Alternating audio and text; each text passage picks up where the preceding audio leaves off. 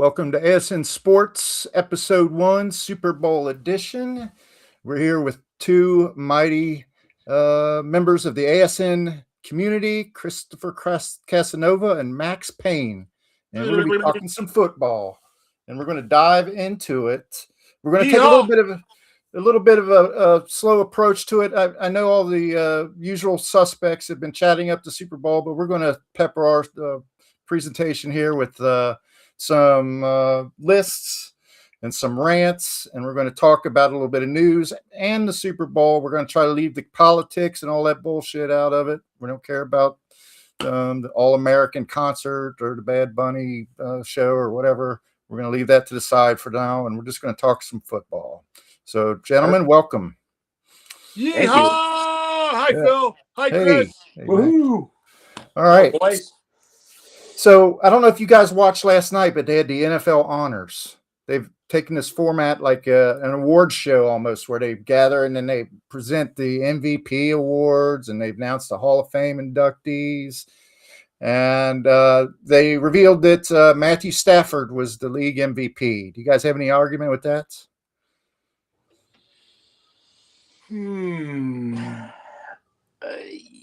Ew. You know, hitting you with a curveball. You know, he did. I gotta say, man, the guy, the last 3-4 games, wow, he's played like a fucking monster, hasn't he? Yeah. I mean, I gotta say, he's, you know, if you're gonna try and pitch a standout of the last part of the season in the playoffs, getting to where everybody is now and down to that moment, God, he played like a maniac at the end. Well, I didn't realize his stats were so good, but he had, let me bring it up here. He had 4,707 yards passing. Wow. 46 touchdown passes against 8 interceptions, and a 65% completion percentage. I mean, he just had a monster year, and I think he's like 39 or something. I thought he was done 2 or 3 years ago in Super Bowl 56. But that's a Rams team that I would say on paper they're probably not the best. He took them pretty darn far in the playoffs as well. Actually, to the NFC Championship. They were there like one game away from the Super Bowl. So with the top of the stats, that's impressive. Right.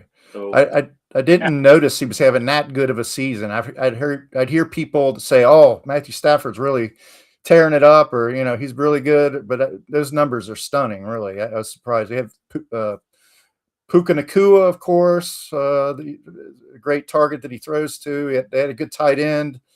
I don't think they were a great team, but I felt like in the playoffs, when it got to the championship round, the conference championship, I felt like the Rams were the best team in the tournament. Turned out not to be the case. But I think a lot of it had to do with Mr. Stafford. So don't you think, though, that the funny part about that is it's so true, is Seattle, the 12th man for Seattle had such an impact. Their hometown strategy and that whole 12th man thing, when they got home field, I knew when they had home field advantage in the playoffs and then they got the bye week, I knew that they were going to be really, really tough to dethrone in Seattle. But you got to give LA credit like a motherfucker, because they went to Seattle and gave Seattle everything they could handle in front of their home crowd. Yeah. And I just, so I think that's why, I'm not afraid to give that to Matt, those kind of accolades to Matt, because he played his balls off. And in fairness, he's playing in LA and he goes to Chicago and has a ridiculous game in a blizzard, Yeah, that winter was wild, man. They were so out of their element, right? Right. Comparatively, and they went. Think the weather would have really had an impact on his game, but it didn't. He delivered in that game too. Right, and so to me, that's the kind of moment.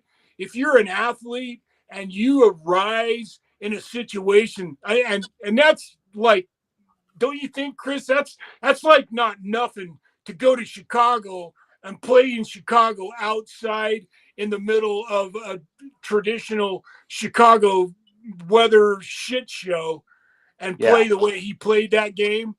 And to me, the end of this season, the playoffs, man, that's when I just love being a football team or a football fan. Oh yeah.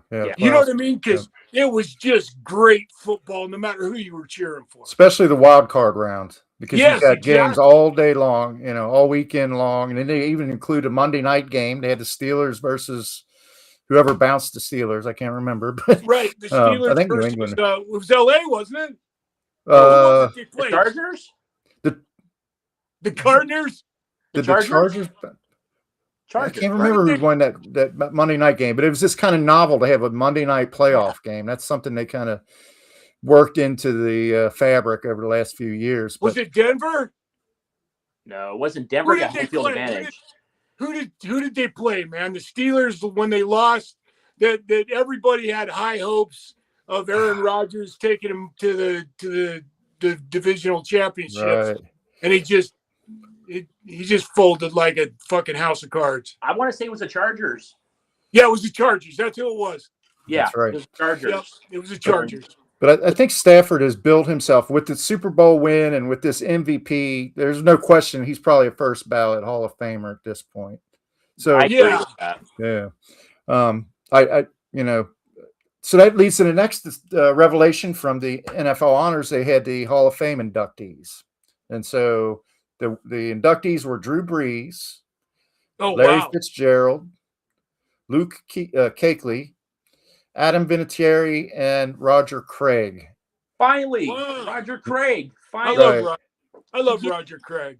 He should have been in a long time ago. That guy, he was like one of the first guys that had 1,000 yards, 1,000 receiving, 1,000 rushing yards. He was a cornerstone for the 49ers' West Coast offense. I mean, that guy was great.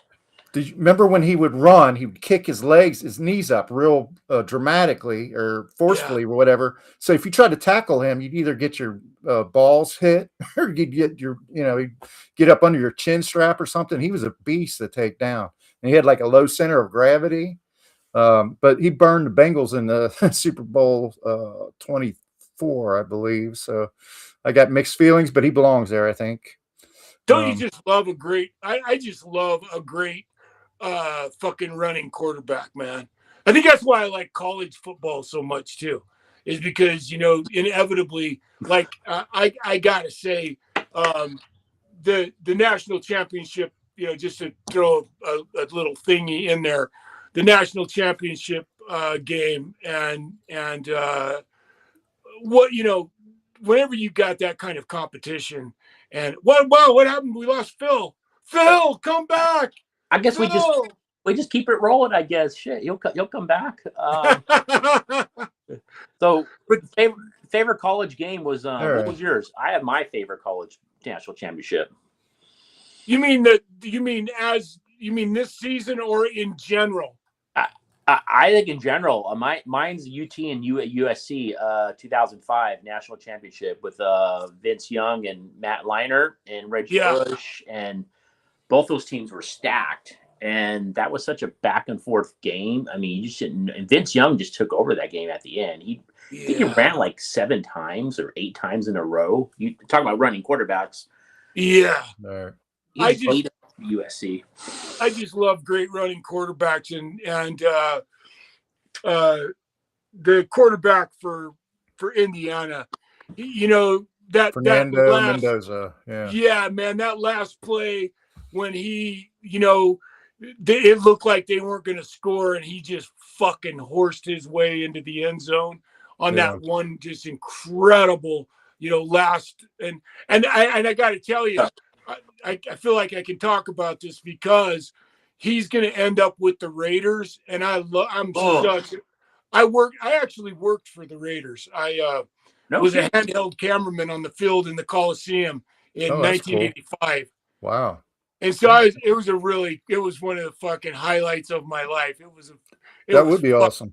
Oh yeah, and Yeah. it was during that great era, like Lyle Alzado and fucking Howie Long Michael and Haynes, yeah, all of the great Tim Art Wilson Brown. was Yeah. the quarterback, and it was just one of those. It's just one of those eras. And so, I am so I would love. First of all, I think I love the Raiders, but I really love their logo. But I really think the Raiders need to do what the Patriots did. I think they need to change their logo and modernize their logo. Keep the old Raiders logo and have the retro uniforms so that, like, every season they play 3 or 4 games in their retro outfits. But I want the Raiders to have a logo with a skull, its fucking patch on its eye, and fucking, it's just evil and Yeah. black and silver and kick some fucking ass. I think the Raiders, it's time for them to rise to prowess. And I think this new kid on the block for them, he has the potential to bring that to the Raiders. And the other side of it is I'm close enough to Las Vegas. I'm going to have to drive there and go see a game. There you go. Might as well Well, change the brand during Vegas now. So Yeah, change right. it all up. That's Mendoza it. seems to have the size, the toughness, but Yeah, in the championship, I don't watch a lot of college football, unfortunately, but in the championship game, I did watch that, and I wasn't overwhelmed with his passing, but that's not yeah, the end of the world. That's yeah, not. There's been guys. To me, reminds me a little bit of Ben Roethlisberger, maybe. He's yeah, got that yeah. size, scrambling ability, leadership.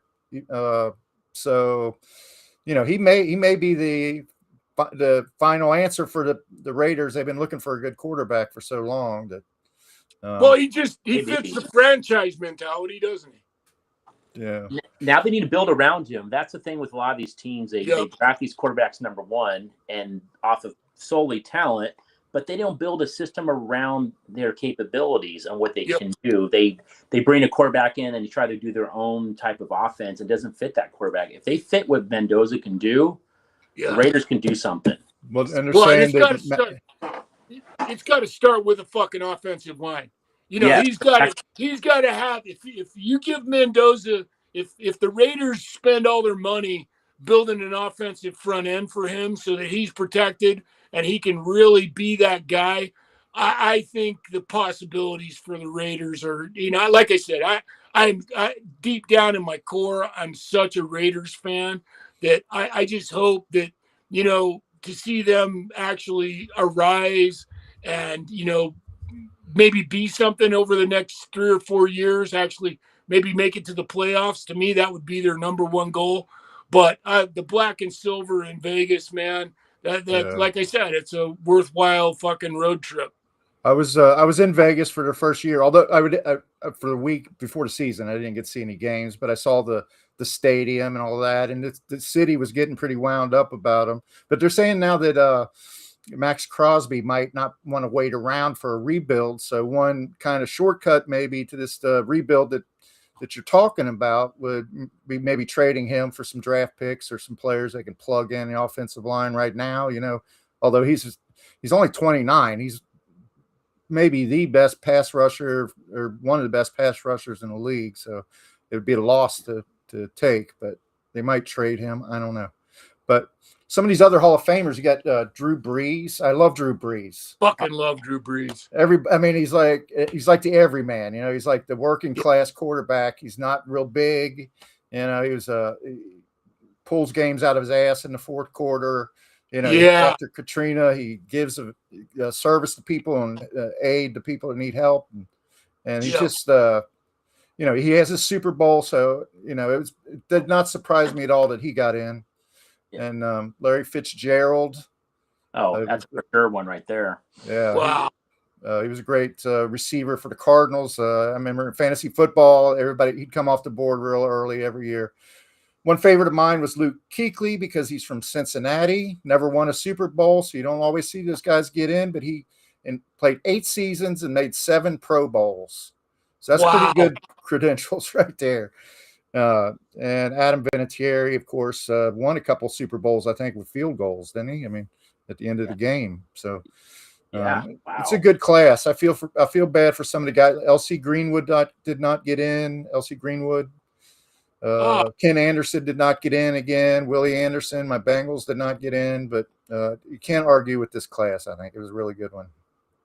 I got to say, man, is it just me, or is the Pro Bowl the biggest load of horse shit now? It's like hand touch football now. It's terrible. Jesus. It is terrible.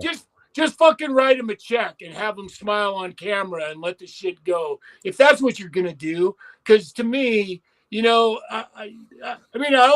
Pro Bowl was always to me a perplexion anyway, because you are taking a chance. You go out there and you play and you get hurt in a Pro Bowl game. To me, that was always, right? I mean, right. But it's not even Hawaii anymore. They don't do Hawaii. It used to be in Hawaii. That was like the whole. Right. Wide world of sports, the hula dancers and all that stuff. And they all have lays on and stuff. It was like a big production. But pursuant to what you're talking about, I bookmarked a video from the Pro Bowl. Oh, nice. I wanted to play for us to talk about here. Cool. I think you know which one I'm going to play here. Oh gosh. Just the one where he almost loses his knee? Yeah. Let's see here. Better said, yes. Go off with time. Oh! Speaking of great on great, ladies and gentlemen, Chase. Hello. What are you doing? What an outrageous play that is. I mean, he caught that an inch or two off the ground. Should he be playing both ways? He should be fined. The team should fine him. Can you imagine, though? Can you imagine if he would have fucking blew his ACL doing something like that? Right. Why risk it? Okay, so I think they're trying to appeal to a certain audience. Maybe kids like the flashier side of the game. They like guys that show off like that, and I don't know. But I work with a guy. He said his kid came in after watching the Pro Bowl, and he said, "Dad, this is pathetic. This is I see better games on the schoolyard than this." So isn't it just a distinction that should be? I mean, nobody really watches this anymore. I don't think. It's just a distinction of making the Pro Bowl. They make their incentives on their contract. They get paid. They get listed as a Pro Bowl caliber player, but. Just give them their fucking check and let it go at that. Yeah. That's the way I look at it. They're not even the best players either. I mean, Jamar Chase is up there, but a lot of these players that go to the Super Bowl or deep in the playoffs, a lot of them just back out, and they're like, yeah. So most of these Pro Bowl players are alternates, so they're truly the best players out there. Yeah. They went through all these guys. Like they asked C.J. Stroud to be in it. They asked. Guys that were clearly not Pro Bowlers. They asked Joe Flacco to be in it, who was a backup quarterback. He actually accepted. But I mean, I don't know. You don't want to be shit all over everything. But I just feel like if they're going to do this, just forget it. Just I don't know. Move the Super Bowl up a week. Then we don't have to wait a week to get to the good game. Yeah. That Jamar Chase thing, that's just ridiculous. I mean, that whole flip thing, almost taking his knee out, he's got a responsibility. The Bengals are paying that guy a lot of money a year in a contract, and you're going to risk yourself and the Bengals' money because a lot of that stuff's guaranteed. So I think there should be some type of fine for doing something foolish like that. I don't know what the repercussions should be, but it's like, dude, think ahead, man. Like, you got a responsibility to your team, and you're in a contract. Don't do stupid shit. I agree. Yeah. I don't know. The Bengals, I don't think they did. They're not averse to finding their players, but it's usually for something silly like facial hair or not wearing their the right socks or some shit like that. It's usually not anything that's impactful. But but yeah, the Pro Bowl's got to go. Yeah, but, to me, it's like a ridiculous dilemma. My wife was asking me about it, and I said, because I couldn't remember what the philosophy was. I knew that nobody that was on the Super Bowl would play in the Pro Bowl. You could never take that chance, right? Yeah. So, and maybe the whole problem with the Pro Bowl is you've got it timed completely wrong. Maybe it needs to be in a moment when the guys are in their prime. But then again, like we just talked about, why take the chance on playing in a friendly game of, playing football is already an incredible risk. Every time you step on the field, you're taking such a tremendous chance of a career-ending injury. Right. Why even take that, take that risk at any time of the year? Why not, why don't you go, bowling or something like that, and do something fun that they're not going to get hurt in, play darts or, pool. Ridiculous. Huh? Playing pool. There you go. Why not? Yeah. Why not go do something like we were talking about earlier? Go to Hawaii and have a rowing contest. Yeah. Do something that is a lot of fun. You're not going to die. You're not going to get hurt, and you win if you win, then the East wins because it's a test of endurance rather than them going out there and taking a chance on getting hurt. Imagine since it's a league sanctioned event that he's cut, he's probably covered. He's not going to be violating anything if he gets injured in the game. But remember Jeff Kent of the San Francisco Giants? He got hurt in a motorcycle accident or something one off season, and the Giants they I don't know if they penalized him or they terminated his contract, but there were like heavy blowback because he had done something in violation of his contract. I don't know. Wow. But yeah, if I owned an NFL team worth billions of dollars, I would not want to subject my players to any kind of extra risk like that. I don't think. No, and he's a top player in the league. I mean, you're paying these guys lots of money. I don't know. This is a longer conversation. Yeah. Right. We're moving along here. So I named a segment. I'm pretty sure this is a meme. There's probably podcasts out there named this, but no one gives a damn about your fantasy team. So that's why we're going to talk about it a little bit. I did play fantasy. I had two teams, but I had one team that I was especially fond of that made the Super Bowl. And it had Lamar Jackson on it. It had Puka Nacua. It had Amon St. Brown from the Lions. And it was, I got to the championship game and I had a 60-point lead on my coworker going into the Monday night game between week 16, the Giants or the 49ers versus the Colts. And my colleague did not even watch the game because he'd given up. He figured he would, he was going to lose. 60 points was way too much, but he had Brock Purdy and he had Christian McCaffrey. Brock Purdy threw for like 350 yards and 5 touchdowns. Oh my God. And Christian McCaffrey ran for like 120 yards, and he may have had a score too. I lost by 2 points. It's like, oh my gosh. Yeah. So there's my fantasy football, sob story. That would have been my second win, but do you guys play at all or? It's funny. I got to be honest with you. I've never gotten into fantasy football, and I don't know a damn thing about it because it's never made sense to me. I guess because I've never played. So right. I hear people talking about it all the time, and I've just never been into it. Yeah.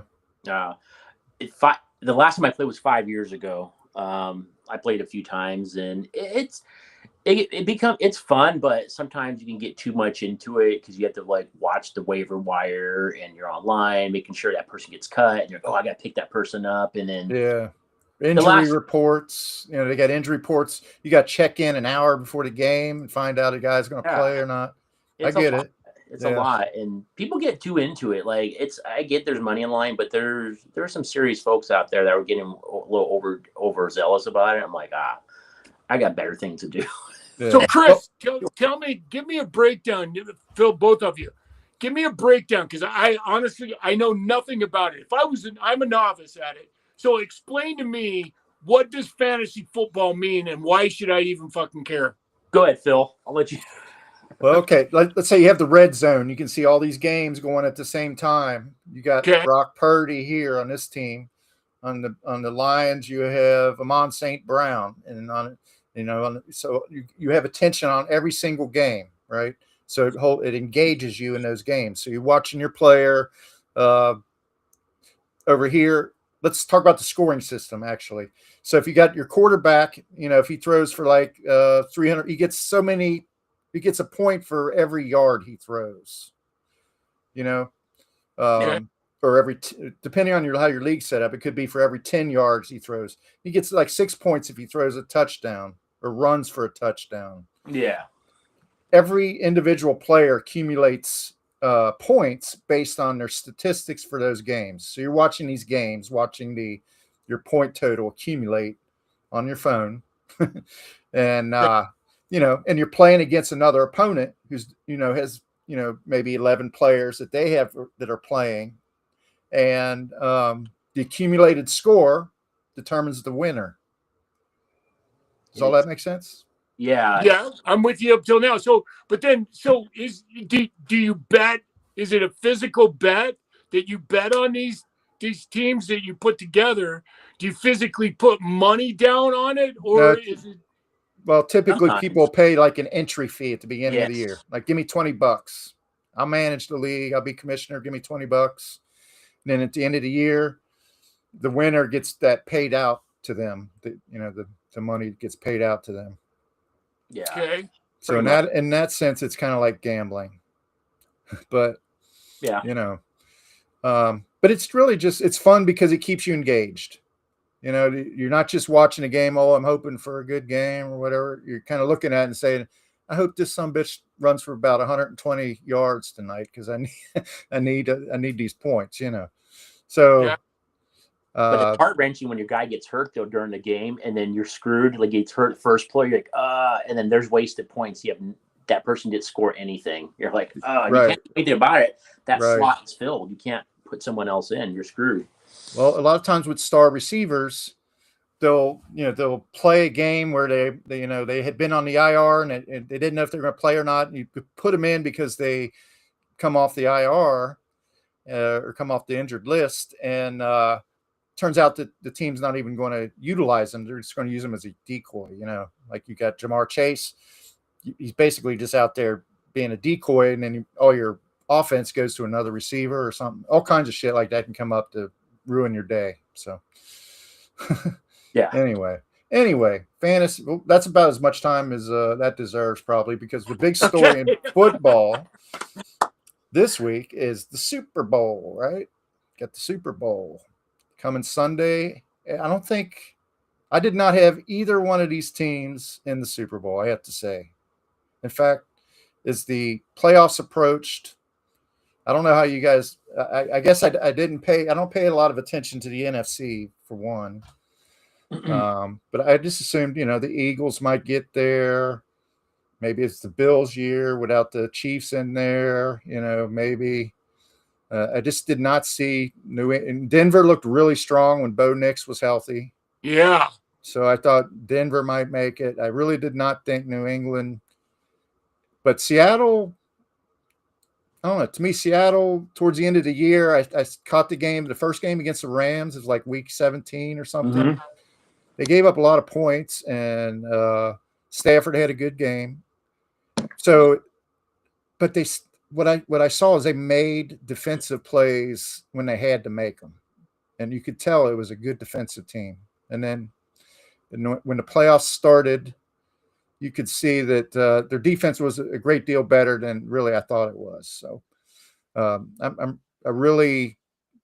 come to warmed up to the Seahawks.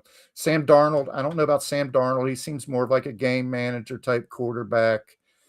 He's not. He's not Joe Burrow. He's not Josh Allen. He making right throws. But yeah, right. Yeah. Not losing the game. Making sure the defense can do its work, and then you just they call it game manager type. But he's got some weapons though. He's got Cup. Najigba, Jackson Najigba, and the running back Walker. Is it Walker the third? Walker the third, and then Cooper Cup. Cooper Cup is, from the Rams. Right. So that can take one of his game managers and turn him into a very serviceable quarterback. I think, so I don't know. I guess I'm going to go around the room here and find out what you guys' predictions are. I think it's going to be a low-scoring game, and I think both teams. I think New England has a chance to win it if Sam Darnold tries to go out of his lane and make plays and cause turnovers. If he gets picked off a couple times, that could really fuck up Seattle's day. But I'm going to say 20-17 Seattle over New England for my prediction. Wow. Okay. I think it's going to be a low-scoring game because I think both defenses are good. New England has a couple really good interior linemen. They got a really good pass rusher in Milton Williams, and they have Christian Barmore, who's really good against the run. They really tend to stifle the run, and if Seattle can't run the football, and if they are forced to throw the football and forced to have Darnold try to win the game, I think that's New England's best chance. But I still feel like Seattle is going to pull it out 2017. But how do you guys feel? Sure. I think if Seattle runs the ball and keeps New England's defense on the field for a longer duration, I feel that they will win the game. Now, New England, I feel like if they can get past Seattle's defense, run a lot of play action, use a lot of screen passes, keep Seattle's defense on the field, I think they'll tire them out. But my prediction, I'm going to go with Seattle. It's going to be a low-scoring game. I'll go 23-20. Okay. All right. What about you, Max? So when I was going to school, I went to a small junior college in North Idaho, in Coeur d'Alene, Idaho, called North Idaho College. And the Seahawks in 1980, this is my first year. I think they were pretty new. I think they were probably only in the league for maybe 3 or 4 years. I can't believe, because they're not that old of a franchise past some of the newer guys like Tennessee and the Panthers. And so Seattle's, they're still within my memory plane. The reason I'm telling you this is because I was very difficult to find gear for, like sweatshirts and shit like that. And my coach contacted the Seahawks and said, "Hey, you guys got any fucking sweatshirts and workout gear that you might be able to part with? Because I got a fucking heavyweight that's 6'6", 350 pounds, and we can't find even a goddamn sweatshirt for him here in Coeur d'Alene, Idaho." And they sent over this fucking sweatshirt, and I am not kidding you. It was 100% cotton, and it was like 4 layers of, those real cotton sweatshirts that are just, they're great. They're not big jacket. Fleece. Yeah, they're not fleece. They're real cotton, and so it's like wearing a fucking towel, a real thick beach towel made of 100% cotton, and we called this fucking jacket the tent because it's like they got it at Omar the tent maker's fucking place, but the Seahawks sent it over. And the reason I'm telling you that is, again, it's like the Raiders, and I'm going to draw a circle into this. When I was working for the Raiders, the one fucking team that came to town that it was like riots in the fucking streets whenever the Raiders came to town, or the Seahawks came to town. And my buddies, the night the fucking Seahawks were playing the Raiders, they said to me, "Watch this, Max." They said, the fucking entire crowd inside of the LA Coliseum. He said, there will be moments where you'll look up and everybody in the fucking audience will be fighting. And I am not shitting you. There were 4 or 5 times in the course of the evening where they had LA riot police there to stop the fights that were going on in the fucking stands that night. Mm-hmm. Oh my gosh. And I fucking loved the Seahawks. So the only team I liked as much as the Raiders was the fucking Seahawks. And to bear witness to that fucking that atmosphere inside the Coliseum. Have either one of you ever been to the Coliseum? I've heard stories though. I've heard what you're talking about. It's rough. Have you been there, Chris? Oh yeah, I've been to probably about 3 or 4 games there. So you know what I'm talking about. Oh, there's a magic.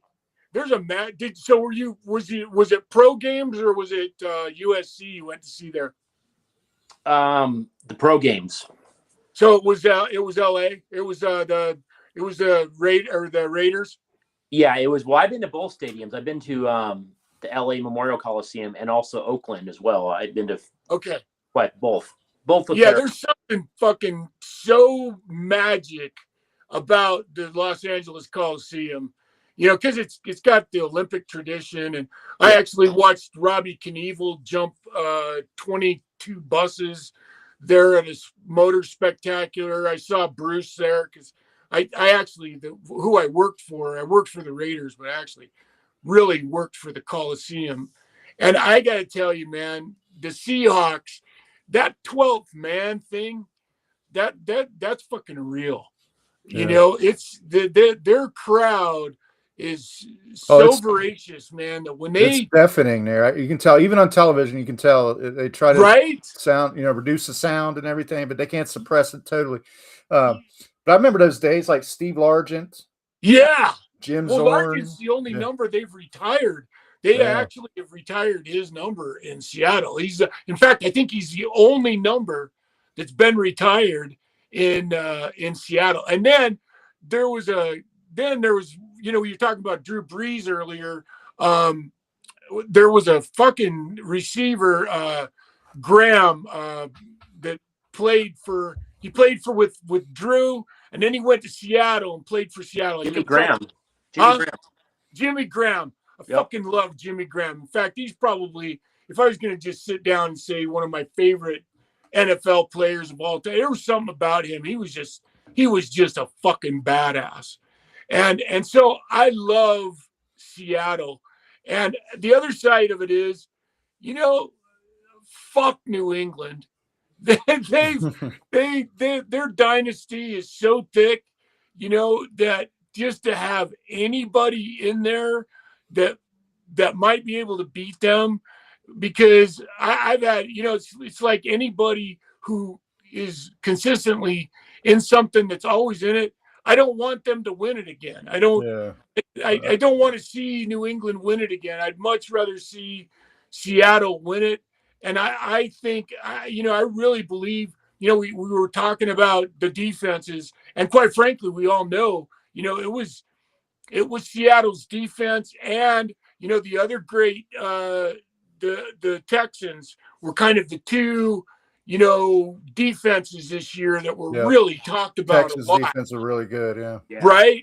Yeah. And I really think that I've watched New England play, and I've watched, after watching New England and Seattle play, I think it's going to come down to defenses. And I don't think New England's defense can compare with Seattle's. If Seattle has if they stick to their running game and use their running game, don't just depend on a pass game, and then their defense. If Seattle's defense shines, I think it's going to be Seattle. And I think I agree with both you guys. I think it's going to be close. I think it's going to be within a field goal. So I'm going to say 26-23. All right. Okay. Makes sense. Yeah. So the only thing I would say before closing out this segment is New England, they probably have a chip on their shoulder thinking we're going to win one of these things without Tom Brady. Just to show that we can win one of these, just to prove that we can, Right. Vrabel is from those teams. their coach, Mike Vrabel. So it's kind of a passing of the torch, but I don't think it's gonna be enough. I think we all agree it's going to be Seattle. But all right. So I devised a theme for this episode. I didn't know how well it would go over, but it's kind of a fun exercise, I hope. And it's football's kind of great because it allows all of our infantile, juvenile tantrums to come out. Everything that's terrible about our personalities is exposed by the game, and this is what these rivalries are all about, right? So my team is the Cincinnati Bengals. So I have a chip in my shoulder about the Pittsburgh Steelers. So I'll go first just to give you a kind of example of what I'm talking about. My problem with the Steelers, it's not personal. I understand if you're from Pittsburgh and, you grew up with the Steelers and Terry Bradshaw and Lynn Swann and all that. You love the iconography, Mean Joe Green, all that shit. I get it, but, there are people all over this city that actually put Steeler shit out in front of their house. They have like flags that they'll hang off the front of their house. You go out into subs, it's usually wealthy people for whatever reason. I'm like, there's no way all of these people moved here from Pittsburgh, right?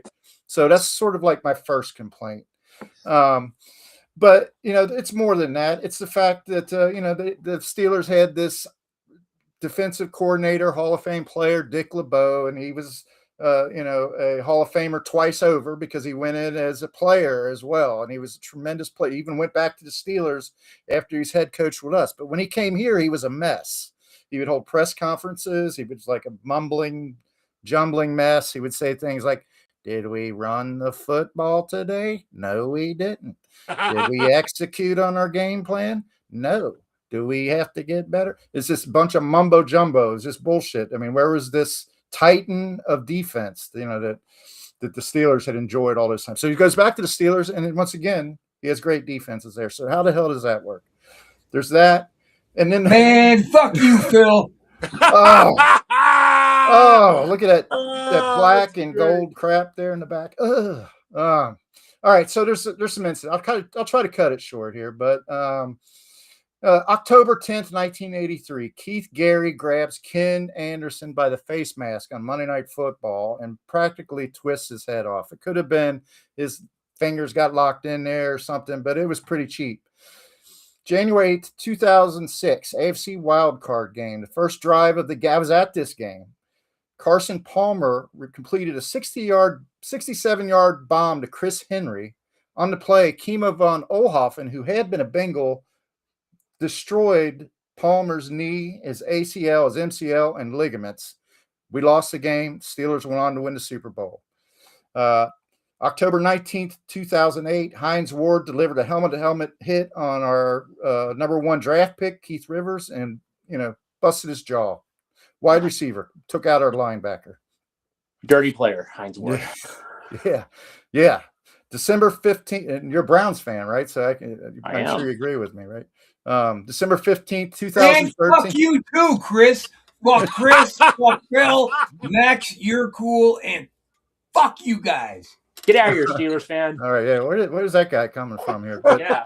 December 15th, 2013, Terrence Garvin apparently loves Hines Ward because he completely imitated him and with an illegal hit broke the jaw of our punter during a 67-yard TD return by Antonio Brown. Huber's jaw had to be wired shut. Garvin was not even flagged on the play.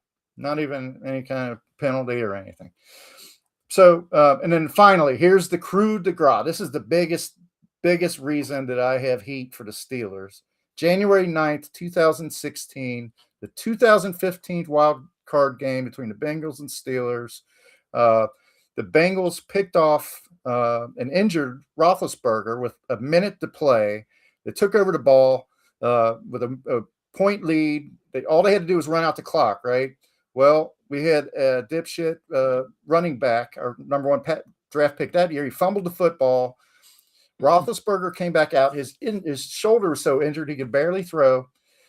He heaved the ball down the center of the field, which drew a pass interference call, which is one thing. That took the ball to like midfield with about 30 seconds to go. Yeah. But At that point, Joey Porter came out to the center of the field and shoved Pac-Man Jones. First of all, he wasn't supposed to be on the field. That should have been a flag for the Steelers. He was a Joey coach. Porter. And second of all, he pushed Pac-Man to provoke him. Pac-Man gets penalized 15 yards, took it down to the 17-yard line. The Steelers kick a field goal, knocked us out of the playoffs. I'm done with the Steelers. Fuck the Steelers. I watched that game. I actually remember that game distinctly. And yeah, right. That was bullshit. Yeah, I saw that game too. Well, in all honesty, we did our part in melting down, but to have the Steelers be the recipient of it was especially galling. So that's. Did you mention the Mike Tomlin thing about tripping Jacoby Jones against the Ravens? Did I miss that? I didn't mention it, but I did think about that. I thought about adding that. Yeah, where he kind of just inched out and he's full of shit. He said he didn't do it. It was an accident. No, I saw you walk out there, dude, and get his way. Right. They're masters at starting shit. Yeah. And then provoking the other team into responding and getting penalized. It's psychology. It's like wrestling, I guess, right? Yeah. I'll give you this though. The Steelers, I'm going to say something positive about them. They have longevity with coaching. They've had like 3 or 4 coaches in their time, and they draft extremely well. It's a well-oiled machine. Like they have players that are out there, and they have second, third stringers that are ready to take over when these guys are free agents and leave. They have guys that step up, that come off the bench. They draft extremely well, and a lot of teams don't do that. I mean, I can probably name 5 teams that do that really well: the Steelers, the Patriots, the Ravens. Gosh, maybe only 3 teams. The Packers. I'm missing one here that's consistent. I'll go with those 4. Those are 4 consistent teams that are always good, and they draft extremely well. Yeah. Well, there's definitely a Steeler. I give them that. There's a Steeler way, you know. Yeah. They try to shorten the game. They try to run the football. They try to, like in a playoff scenario, they like to do a trick play usually. The immaculate reception. Yeah. So I really. Yeah. But then the other thing is too, man, I agree with you on this, Phil, in this sense, again, if this was 10 years ago, instead of New England, I would have been talking about the Steelers because, again, they were a fucking dynasty that completely dominated the game for so long. The last thing you wanted to fucking hear was that the Steelers were going to the playoffs and the Super Bowl again. Yeah, right. They were another one of those teams that did that. And then the other thing is, they had such an iconic fucking moment in NFL history. The whole fucking Mean Joe Green fucking commercial, 2 words, "Hey kid." That commercial just fucking, everybody was endeared to the Steelers because of that. So they were that team. Chris, I want to hear your take. I want to hear your team that fits into this. Oh gosh. Well, we talked about the North. So before I was a Cleveland fan, I followed the 49ers. So let me pivot to the Niners. So let's go with that. I say the Niners' biggest rivalry was probably the Rams back in the day. And when I mean back in the day, I'm talking about like the Jim Everett, Joe Montana days where those Ram teams were extremely tough. But somehow the 49ers were able to squeak out the win. It wasn't pretty, but they somehow would squeak out the win because those Rams teams were tough. I mean, Jim Everett, Flipper Anderson, Isaac Bruce. Youngblood. Well, no, I'm going way back. Oh, wow. You're going way, way back. Yeah, Youngblood. Kevin Green. I mean. Kevin Green, yeah. Yeah, those Rams teams were scary. And they were always like, Niners always win the division, but the Rams were right there, always on their tail. So it was tough. I think they knocked Joe Montana out a couple times too, out of the game, but he was always hurt for the most part. But yeah, I would go with that rivalry. I don't think it's so much anymore a rivalry, but back then it really was. Yeah, I can see that West Coast rivalry. That you see it in all sports. That the West Coast. I don't know what the West Coast. They seem to. It's kind of insular. It's kind of the Giants, Dodgers. Well, it's it. I mean, come on, it's that way. Chargers. That's the way I felt this year. I mean, I didn't give a fuck if it was the Rams. I didn't care if it was the 49ers. I didn't care if it was Seattle. I just want the West Coast to beat the shit out of the fucking Patriots. I'm from the West Coast, so it doesn't matter to me. I love all those teams because they're West Coast teams, So for me, there's one incident in football. There's a couple of incidents in football that really, I hate dirty football. Okay. I can't stand football where fucking guys get up after a tackle and drag their fucking cleats across guys' face. You know what I'm talking about. The Raiders back in the day. Huh? Yeah. That was the Raiders back in the day. Yeah, exactly. I hate that dirty. No, but I don't like that part of the Raiders play. Okay. That part of the Raiders play. That's why I really think that this new young quarterback will fucking really, Mendoza has an opportunity to make the Raiders, to be as badass as you want to be and have the greatest logo and the greatest look of any team without being a bunch of dirty fucks. And I hate that style of football. I love it when these guys from whistle to whistle play like fucking maniacs and just, but the second the whistle's blown, they reach down and they help each other up. That's to me the way great athleticism and great athletics should be played. And in my mind, there's this fucking team and one guy in particular that to me just completely violates that. And I hated him. And to this day, it's funny, my wife and I, every time we see his name or hear his name, it reminds me how much I hated the Lions and Dominican Sue. Oh, yeah. That whole incident when he got up and fucking after the play and did that shitty, dirty football move and kicked the guy that was laying on the ground. Yeah.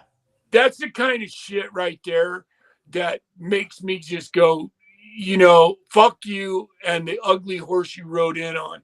Don't play. If you're going to play football that way, if you're not good enough to just be the baddest ass at your position and do it with every ounce of integrity, that you got to go after that and do that kind of shit, then you shouldn't be on the field. That's just my opinion. And so Dominican Sue and the Lions at that point, and when they played like that, I fucking hated him, and I hated that mentality.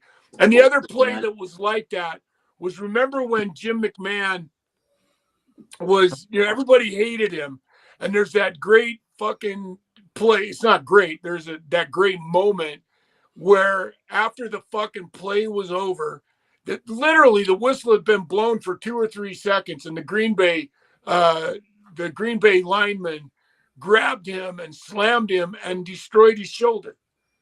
Do you remember that play? I kind of remember that. Yeah. God, I remember seeing McMahon with the thing on his shoulder. Yeah, and that was because after the play was finished, this guy just set forth. All he was doing was trying to hurt him, and he did it. And so that's the kind of play. Anybody who engages that, it doesn't have to be team specific, but the Lions were exactly, and there was another team that did that shit, except they did it on the basketball court, and it was the Detroit Pistons, ironically. The bad boys. How fucking dirty them fuckers were in basketball. The shit they used to do on the basketball court. It was a great 30 for 30 on them. That's the one I'm talking about. That Bill Laimbeer. What was his name? The fuck I hated. Anyway, you know what I'm talking about. So was Rodman on that team? Was Rodman on that team? Who? Was Rodman was on that team. Absolutely. Okay. Isaiah Thomas was on that team. Yeah, yes. Isaiah Thomas and God, Bill Laimbeers. Bill Laimbeer, yeah. Laimbeers was the Dominican Sue of the fucking Pistons. He was just there to throw elbows and foul. Yeah, he was just a dirty fuck. Yeah. And I hated that style of football playing. And so My vote goes to the Lions when they were in that dirty, because they don't play like that anymore. They don't do that. They've evolved beyond that.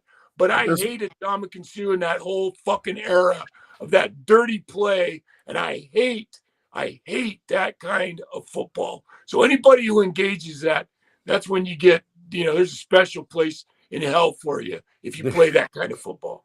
There you go. All right. Max has spoken. I agree with that, man. I don't like dirty football either. But my dad used to do this thing whenever he had spoken, he'd go, and I have spoken. So there you go.